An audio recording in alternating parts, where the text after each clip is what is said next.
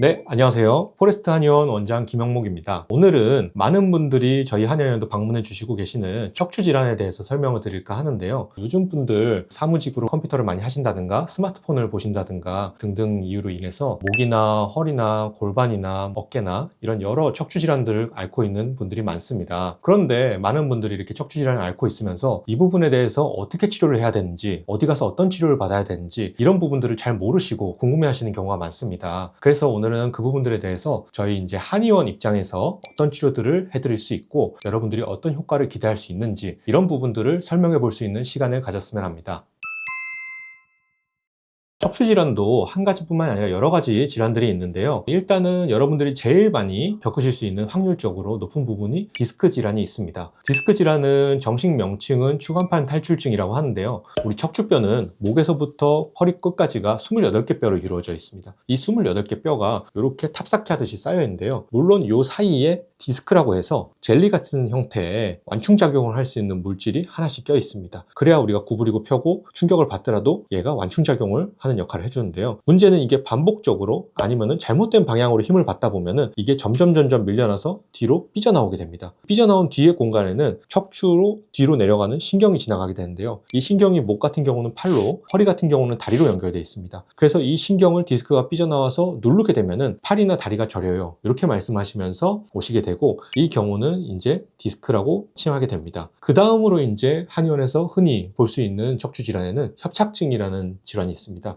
협착증 같은 경우는 조금 더 나이가 드신 분들에서 많이 발생하는데요. 척추뼈가 28개가 이렇게 탑쌓기 쌓여 있다 그랬죠. 척추하고 척추뼈 몸통 앞쪽에는 신경관이라 그래서 아까 디스크에 나오는 신경보다 더 굵직한 메인 루트가 있습니다. 그 공간 안으로 머리에서부터 내려오는 굵은 신경 다발이 내려오게 되는데 이 신경 다발이 내려오는 이 공간이 나이가 들면서 점점 노폐물이 쌓이거나 이런 식으로 돼서 좁아지게 됩니다. 그러면 이 신경 다발을 누르게 되겠죠. 그래서 이 공간이 좁아져서 협착이 되었다라고 해서 척추관 협착증이라고 하고요. 그 외에도 환자분들이 많이 겪으실 수 있는 것들 중에서는 학생들 같은 경우는 척추가 휘어지는 측만증도 많이 겪을 수가 있고요. 그 다음에 제일 흔하게는 하루에도 몇 번씩 뵙게 되는 오늘 아침에 일어나다 허리가 삐끗했어요. 어제 자고 일어났더니 목이 담이 결렸어요. 이런 등등 염좌라고 하거든요. 그 다음에 또 간혹 보게 되는 것이 척추 압박 골절입니다. 척추뼈는 굵고 커서 부러지지 않을 거라고 생각하는데 척추뼈도 뭐 스키 타다 넘어진다거나 아니면은 어른들 같은 경우는 잘못해서 계단에서 넘어져서 엉덩방을 찢는다거나 이런 경우에도 척추뼈가 골절이 되게 되거든요. 그런 경우도 저희가 환자로서 많이 보고 있습니다.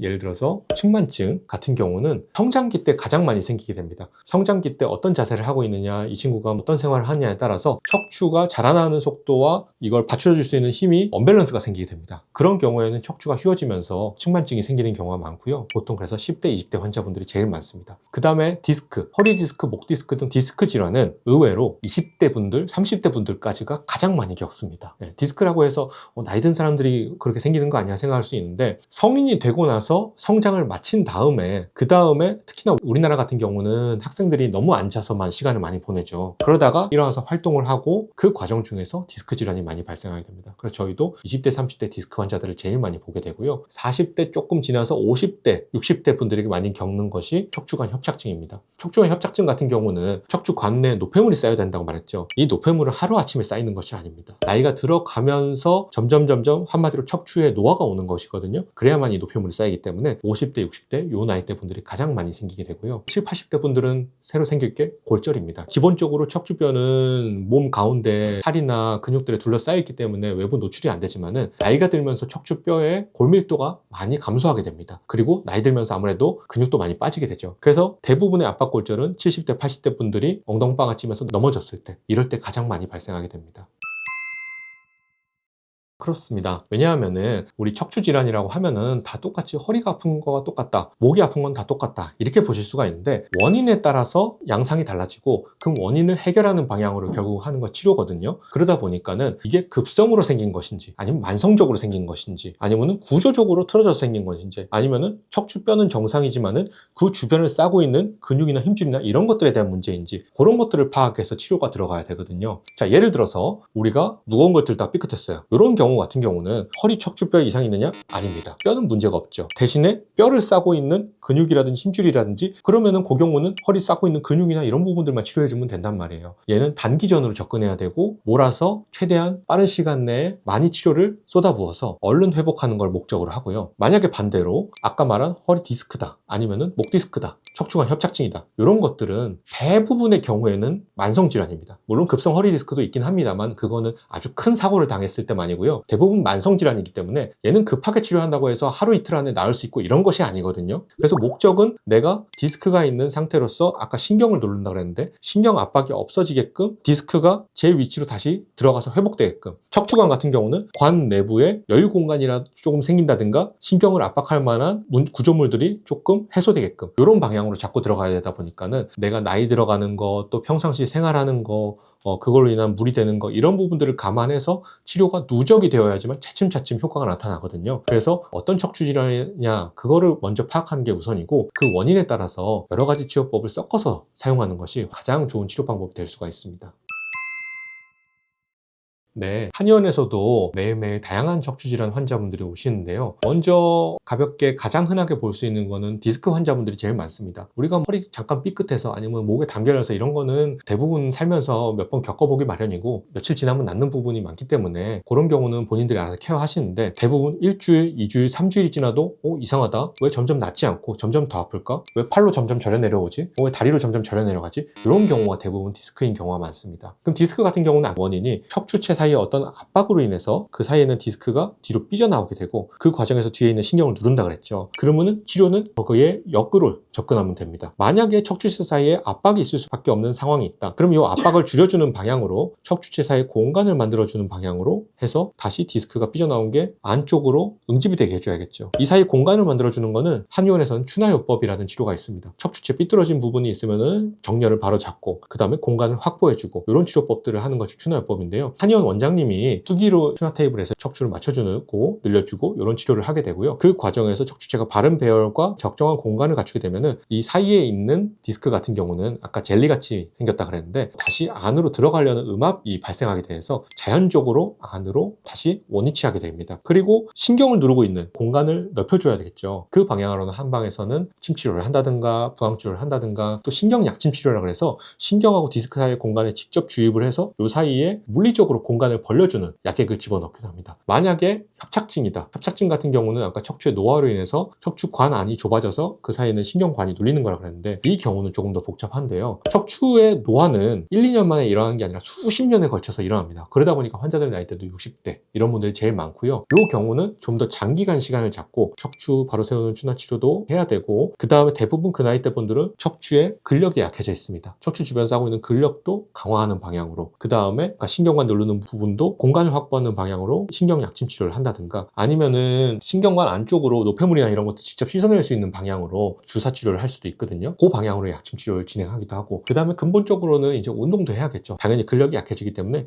이 부분들은 어떻게 운동하면 좋고 어떻게 생활하면 좋고 자세는 어떻게 하세요 이런 부분들을 저희가 환자분들께 안내를 해드리게 됩니다. 그 다음에 예를 들어서 척추에 압박 골절이나 골절이 있다. 이 경우도 한의원에 오셔서 치료를 하게 되는 경우가 많습니다. 물론 골절이기 때문에 심한 경우는 이 부분에 의료용 시멘트를 채우는 시술을 하고 오시는 경우도 있고요. 경미한 경우는 척추 압박 보호대만 차고 오시는 경우도 있습니다. 문제는 이 압박 보호대를 차고 또는 의료용 시멘트를 주입하고 그 다음에 회복되기까지 기간이 3개월, 6개월, 심한 경우는 1년도 걸립니다. 그러면 6개월이고 1년이고 이분들이 손 놓고 가만히 있을 수가 없거든요. 그럼 그 기간 동안에 한의원에 오셔서 물리치료도 하고 압박 보호대를 하고 있으면은 그 척추뿐만 아니라 그 위아래에 있는 척추들까지 같이 압박을 하기 때문에 사실상 온몸이 다 아프게 됩니다. 힘들고 이 부분들에 대해서도 치료를 한다든가 해서 환자가 회복되는 동안에 시간을 좀 단축하고 그 다음에 삶의 질을 높일 수 있는 방향으로 이렇게 치료를 하게 됩니다.